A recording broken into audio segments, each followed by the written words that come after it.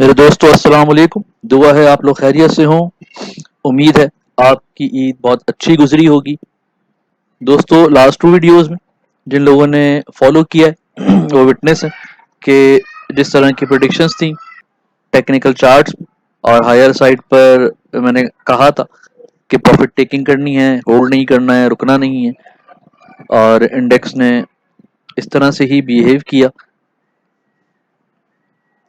आज की वीडियो काफ़ी अहम है और इसमें वीकली एफआईपीआई वगैरह तो हम डिस्कस करेंगे, लेकिन टेक्निकल चार्ट्स पे वीकली और डेली कुछ इस तरह की इंडिकेशंस हैं जो कि हिस्ट्री में अब ट्रेंड बनने से पहले देखी गई। तो अपने लिए टाइम निकालें, वीडियो को पूरा देखने की कोशिश करें आखिर तक। और 30+ स्टॉक्स के भी नेक्स्ट वीक के लिए जो टारगेट्स हैं उसे भी बहुत डिटेल में डिस्कस करेंगे, जिससे आप ज़रूर फ़ायदा उठा सकते हैं। इसके अलावा दोस्तों ईद से गुजार के आ गए और 2 महीने का गैप रहा हमारे टेक्निकल ट्रेनिंग के सेशंस में। तो इंशाल्लाह नेक्स्ट मंथ से उस सिलसिले को भी जोड़ेंगे। तो अपने लिए टाइम निकालें और इस काम को जितना हो सके, जितने दिन भी करना है, सीख के करें। आज की वीडियो शुरू करते हैं। पहले एफआईपीआई का डेटा देखते हैं। दोस्तों वीकली एफआईपीआई को देखें तो फॉरेन इंडिविजुअल्स की 1.5 मिलियन रुपीस की नेट सेलिंग है। फॉरेन कॉर्पोरेट्स की 50 मिलियन की नेट सेलिंग है, लेकिन इस सेलिंग में टेक्नोलॉजी सेक्टर में हैवी बाइंग है और सीमेंट सेक्टर में हैवी बाइंग है। इसके अलावा अदर सेक्टर्स में भी एक समझे कि पार्शल बाइंग इन्होंने की है। ओवरसीज पाकिस्तानी इसकी 400 मिलियन की नेट सेलिंग है। लोकल इंडिविजुअल्स में 900 800 मिलियन की नेट सेलिंग है, जिसमें बैंक्स और टेक्नोलॉजी में और फूड सेक्टर में हैवी सेलिंग है। सीमेंट में बाइंग है और बाकी सेक्टर्स में भी पार्शल बाइंग की हुई है। कंपनीज की 636 मिलियन की नेट बाइंग है। सीमेंट में अच्छी बाइंग है, ऑयल एंड गैस एक्सप्लोरेशन में बाइंग है, टेक्नोलॉजी फूड सेक्टर में हैवी बाइंग है। बैंक्स की भी 648 मिलियन की नेट सेलिंग है। बैंक्स में बाइंग है और ऑयल एंड गैस मार्केटिंग में बाइंग है, बाकी हर सेक्टर में सेलिंग है। एनबीएफसी की छोटी सी बाइंग है 7 मिलियन रुपीस की, और म्यूचुअल फंड की 43 मिलियन की सेलिंग है। मार्जिन बहुत कम है सेलिंग का, लेकिन सीमेंट में, बैंक्स में और फूड सेक्टर में सेलिंग की है। टेक्नोलॉजी में इनकी भी हैवी बाइंग है। अदर सेक्टर्स में भी बाइंग है। अदर ऑर्गेनाइजेशंस की बात करें तो 1600 मिलियन की नेट बाइंग है, जिसमें से 1378 मिलियन सिर्फ बैंक्स में बाइंग की है। इसके अलावा बाकी सेक्टर्स में पार्शियल बाइंग समझ लें कि अदर सेक्टर में 60 मिलियन की बाइंग है। फूड में, टेक्नोलॉजी में बाइंग है, सीमेंट में बाइंग है। ब्रोकर प्रोप्राइटरी की 350 मिलियन की नेट बाइंग है और हैवी एरिया है टेक्नोलॉजी। इंश्योरेंस कंपनीज की 650 मिलियन की नेट सेलिंग है, और इसमें जो हैवी सेलिंग है बैंक्स में, सीमेंट में है, ऑयल एंड गैस एक्सप्लोरेशन में, टेक्नोलॉजी में बाइंग है और फूड में बाइंग है, टेक्सटाइल में बाइंग है, अदर सेक्टर्स में बाइंग है। दोस्तों इस प्रोफाइल पर आप लोगों को भी आइडिया हो गया होगा कि टेक्नोलॉजी सेक्टर, फूड सेक्टर काफ़ी अट्रैक्टिव नज़र आ रहे हैं। इसके अलावा सीमेंट सेक्टर में भी फॉरेन इन्वेस्टर्स की बाइंग है, तो सीमेंट सेक्टर में भी रेंज बाउंड मूव देखी जा सकती है। लेकिन हायर साइड पर कोशिश कीजिएगा कि प्रॉफिट टेकिंग करते रहें। नेक्स्ट कैंडलस्टिक चार्ट्स देखते हैं। दोस्तों वीकली चार्ट्स पे देखें तो इंडेक्स दोबारा 43,500 के बॉटम से, और एक फर्म बॉटम वहाँ पे है। फर्म इसलिए कह रहा हूँ कि अगर देखें चार्ट्स पे तो 14 दिसंबर के बाद या 21 दिसंबर के बाद इंडेक्स इससे नीचे क्लोज नहीं हुआ। 5 महीने से ये एरिया जो है, इसको इंडेक्स तोड़ के नीचे नहीं जा रहा और यहाँ से कंसिस्टेंट बाउंस बैक हो रहा है। वीकली चार्ट्स पे अगर हम देखें तो सेम इस रैली के बनने से पहले, सेम इस एरिया में जिस तरह के पैटर्न्स बन रहे थे, इस एरिया में भी कुछ इस तरह ही की सूरत हाल है। अगर इसको गौर से देखा जाए तो एक side wise long term consolidation दिख रही है, एक सपोर्ट एरिया जहां से इंडेक्स ने 2-3 बार बाउंस बैक किया। यहाँ पर भी ऐसी सूरत हाल है, कुछ ममासिलस है। तीसरी चीज जो कि गौर करने वाली है वो है वॉल्यूम्स। इंडेक्स का डिक्लाइनिंग, और सेम इस बार को अगर नोट करें 16 नवंबर वाली, तो ये इस लास्ट बार से तकरीबन सेम है 3 मई 2021 वाली। और उसके बाद से हमने इंडेक्स में वॉल्यूम्स में बेहतरी देखी वीकली लेवल्स पर, और उसके बाद इंडेक्स में भी उठान देखा। तो ये दो तीन चीज़ें हैं जो यहाँ पर एक दूसरे को ओबे कर रही हैं, जिससे कुछ ऐसा लगता है कि रैली बन सकती है यहाँ से। यही चीज़ अभी आगे डेली चार्ट्स पे भी डिस्कस करेंगे, लेकिन पहले वीकली इंडेक्स की मूवमेंट देख लें कि इंडेक्स की क्लोजिंग कहाँ हुई है और नेक्स्ट क्या चीज़ें यहाँ से हम आगे एक्सपेक्ट कर सकते हैं। जो कैंडलस्टिक चार्ट है उस पे हैमर और हैमर के बाद बुलिश कैंडल ये रिकमेंड करती है कि इंडेक्स जो है अपसाइड डायरेक्शन में मूव कर सकता है, लेकिन अपसाइड जो हद है वो 45,900 और 46,100 के पास जो रेजिस्टेंस एरिया है, जो कि टूटा नहीं है ये भी कोई 6-8 हफ्तों से, तो ये भी यहाँ पर चैलेंज बनेगा इंडेक्स के लिए ऊपर जाते वक्त। तो नेक्स्ट वीक में जो मैक्सिमम टारगेट हो सकता है इंडेक्स का 45,900 हो सकता है।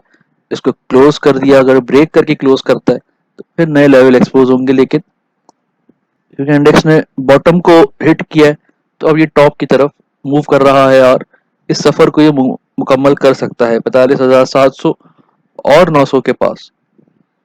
जो इंडेक्स है, इंडेक्स जो रेजिस्टेंस है, इंडेक्स इसको टेस्ट कर सकता है नेक्स्ट वीक में, लेकिन इन लेवल्स पर एग्रेसिव नहीं होना है और कॉशियस अप्रोच के साथ रहना है, और प्रॉफिट टेकिंग जो है करते रहनी है हायर साइड पर। और इस लेवल के ऊपर क्लोजिंग दे दी तो फिर 47,000 47,500 के लेवल एक्सपोज हो जाएंगे वीकली लेवल पर। अब डेली चार्ट्स पे देखते हैं कि क्या इंडिकेशंस है। डेली चार्ट पे भी दोस्तों इस रैली के बनने से पहले ये एरिया ज़रा फोकस करें कि सेम इसी तरह के पैटर्न्स यहाँ पर भी हम देख रहे हैं, और इस एरिया में भी इसी तरह की movement pattern range bound condition देखी है जो हमने इस एरिया में देखी थी सितंबर के बाद दिसंबर तक। एक करेक्टिव और कंसोलिडेशन फेज इंडेक्स ने पूरा किया था और उसके बाद एक रैली बनी थी। तो सेम इसी तरह के पैटर्न यहाँ बन रहे हैं जो कि दोबारा इस चीज़ को इशारा दे रहे हैं कि इस तरह की रैली दोबारा बन सकती है। डेली चार्ट पर भी देखें तो इंडेक्स का डायरेक्शन जो है वो 45,900 45,700 की तरफ है, और लेकिन ये जो कैंडल है, कैंडल स्टिक जहाँ पे फॉर्म हुई है इस तरह की, ये कहती है कि यहाँ पर जो ये बुलिश जो ट्रेंड है वो ब्रेक हो सकता है आने वाले दिनों में। तो कॉशियस अप्रोच के साथ नेक्स्ट वीक में कदम रखिएगा, और वॉल्यूम पे ज़रूर ध्यान दें, क्योंकि कम वॉल्यूम की तेज़ी हो या कम वॉल्यूम की मंदी देर पा नहीं होती। तो वॉल्यूम्स नहीं है मार्केट में, सेशन छोटे ही हैं अभी, तो इस वजह से जो है इंडेक्स रेंज बाउंड या रेजिस्टेंस के पास एग्रेसिव सेलिंग आ सकती है। बोलिंगर बैंड पर बात करें तो 20 डीएमए से ऊपर क्लोजिंग है इंडेक्स की, और 45,100 सपोर्ट एरिया है आपका शॉर्ट टर्म पे, 45,100 फर्म बॉटम है। और अगर इंडेक्स किसी भी तौर पे इंट्राडे पे गिरता है तो यहाँ से बाउंस बैक होने की उम्मीद है। 20 डीएमएस के ऊपर जब तक इंडेक्स है, न्यूट्रल जोन में दोबारा इंडेक्स दाखिल हो चुका है, और रेजिस्टेंस एरिया 45,700 45,800 के करीब नजर आ रहा है कि ये रैली यहाँ तक कंटिन्यू कर सकती है। लेकिन वॉल्यूम्स पे ज़रूर नज़र रखनी है, अगर मतलूबा वॉल्यूम नहीं हुए तो ये सफ़र 45,400 500 के पास टूट सकता है। नेक्स्ट पिवट लेवल्स देखते हैं इंडेक्स के वीकली लेवल्स पर। तो वीकली पिवट के ऊपर क्लोजिंग है और काफ़ी डिफरेंस के साथ क्लोजिंग है दोस्तों। तो 45,700 का लेवल जो है वीकली लेवल पर एक्सपोज है इस वक्त, और इंडेक्स की जो मूवमेंट है इस तरफ जा सकती है, और यहाँ पे ये वो एरिया होगा जहाँ पे हम प्रॉफिट टेकिंग और एग्रेसिव सेलिंग प्रेशर एक्सपेक्ट कर सकते हैं अगर वॉल्यूम कम है मार्केट में। और अच्छे वॉल्यूम्स के साथ अगर ये लेवल सरपास हो गया तो 46,200 और 300 हमारा टारगेट होगा वीक में। डाउनवर्ड साइड पर 44,700 पिवोट लेवल पर स्ट्रॉन्ग सपोर्ट है हमारी। इससे पहले डेली लेवल पर 45,100 भी सपोर्ट है, लेकिन कोई भी गिरावट जो 45,000 से नीचे इंडेक्स को लेके आती है वो 44,700 पे लिमिट हो सकती है। इन केस किसी भी वजह से 44,600 ब्रीच होता है तो फिर 44,200 का लेवल इंडेक्स को देखना होगा। इंडेक्स की जो इनिशियल मूवमेंट है उससे 45,700 की तरफ जाता हुआ देखा जा सकता है। नेक्स्ट 30+ स्टॉक्स देखते हैं। स्कॉल की बात करें तो चार्ट्स पे अपने बॉटम के पास है और इस दफ़ा RSI 41 पे बॉटम हिट हो रहा है, तो उम्मीद है कि ये अगर यहाँ से टारगेट इसका 9 रुपये 30 पैसे हो सकता है।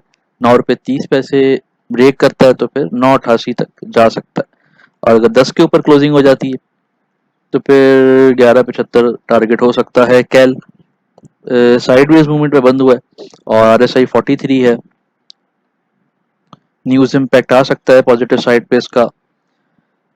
MLCF अपसाइड मूवमेंट पर है, 44.5 के पास रेजिस्टेंस एरिया है और 42 से नीचे स्टॉप लॉस जरूर रखे हैं। FFL में 15 रुपये 20 पैसे से नीचे स्टॉप लॉस रखें और ट्रेड करें 15.50 के ऊपर। अगर क्लोजिंग होती है 15.60 के ऊपर, वहाँ स्ट्रॉन्ग रेजिस्टेंस एरिया तो फिर 16.40 16.30 तक जा सकता है। PRL में साइडवेज डायरेक्शन है और 22 रुपये 70 पैसे से 23 रुपये 20 पैसे तक इंट्राडे मूवमेंट है इसकी।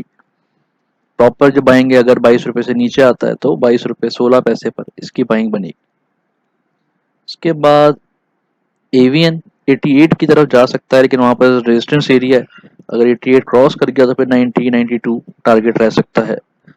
हबको की बात करें तो साइडवेज डायरेक्शन पे, TRG में चार्ट्स पे तो अपसाइड है पिवट पे, लेकिन 163 162 के नीचे स्टॉप लॉस जरूर रखना है, होल्ड नहीं करना है। इनिशियल लेवल तो इसका टारगेट 170 से 175 के दरमियान रह सकता है। टेक्नोलॉजी में जो प्रोफाइल भी है तो उसमें, लेकिन स्टॉप लॉसेस के साथ ट्रेड करें और होल्डिंग नहीं रखनी है, प्रॉफिट टेकिंग करते रहना। साजियो की बात करें तो ये भी बॉटम पे अपने और 150 से 160 के दरमियान इसको ट्रेड कर सकते हैं। एंग्रो 300 से 305 की रेंज में ट्रेड कर सकते हैं, अगर 300 से नीचे जाता है तो फिर वेट करना है। 295 के पास बाइंग बनेगी। DGKC में 114 तक मूव जा सकती है। NCL साइड वेज पर है और 4550 से 4670 रेंज है।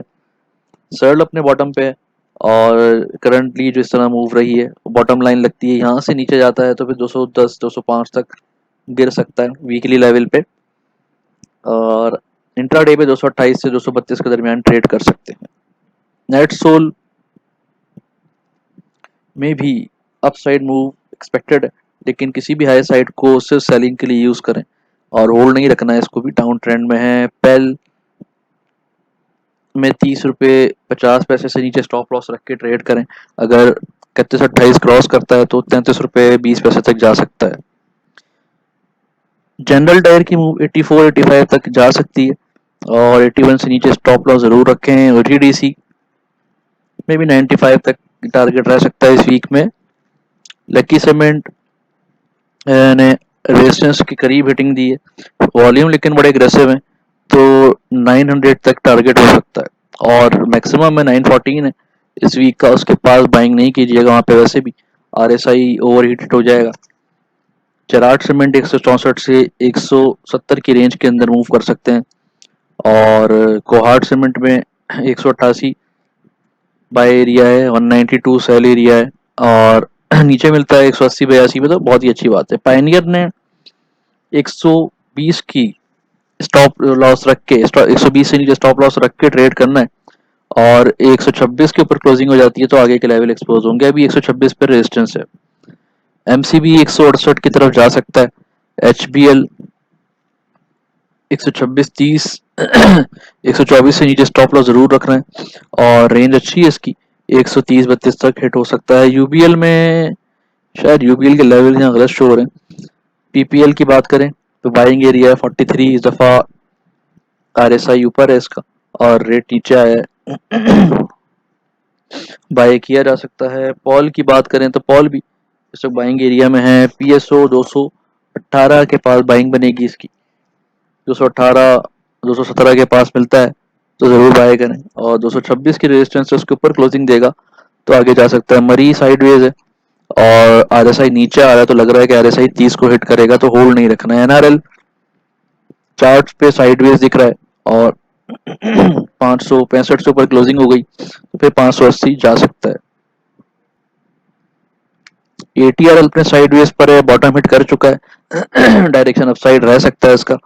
और लेकिन ये कि इस वक्त जो चार्ट्स हैं तो पिवट लेवल पे भी साइडवेज ही मूवमेंट दिख रही है इसकी। इनिशियली 224-25 तक जा सकता है। आईएनआईएल डाउन ट्रेंड में और इस वक्त यहाँ पे इसका रेजिस्टेंस एरिया ही बन रहा है। इंट्राडे ट्रेड कर सकते हैं, होल्ड करने से ग्रेस कीजिएगा। एफएफसी में भी प्रॉफिट टेकिंग एक्सपेक्टेड है इस एरिया पे।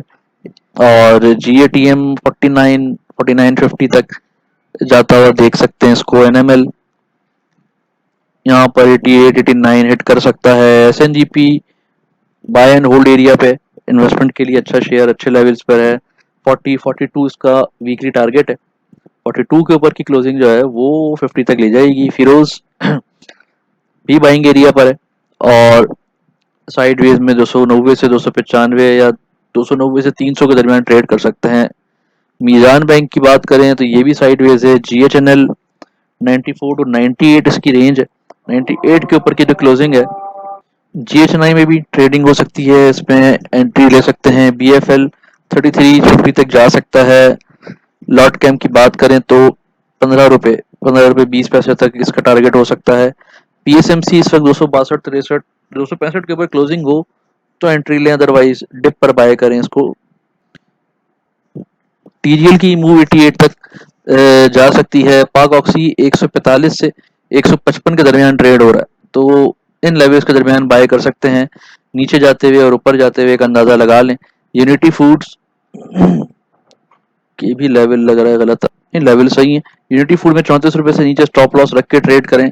डायरेक्शन अपसाइड है, लेकिन आरएसआई जो है वो प्रॉफिट टेकिंग एरिया की तरफ जा रहा है, तो यहाँ पे रुकना नहीं है। कैपको 57 आरएसआई है, वॉल्यूम्स अच्छे हैं, आगे मूव कर सकता है। आईएलपी में 64 टू 68 का टारगेट रखें जहन में। आईएसएल अप साइड मूव कर सकता है, 84-85 तक इसकी मूव जा सकती है नेक्स्ट वीक। शेल में 150 से 155 के दरमियान ट्रेड करें और 150 से नीचे क्लोजिंग हो तो फिर 145 का वेट करें। दोस्तों ये थे आज के एनालिसिस नेक्स्ट वीक के लिए और कल के लिए। उम्मीद है आपको पसंद आएंगे। वीडियो को लाइक करें, शेयर करें, चैनल को सब्सक्राइब करें, बेल आइकन को जरूर क्लिक करें। आप लोगों का बहुत बहुत शुक्रिया।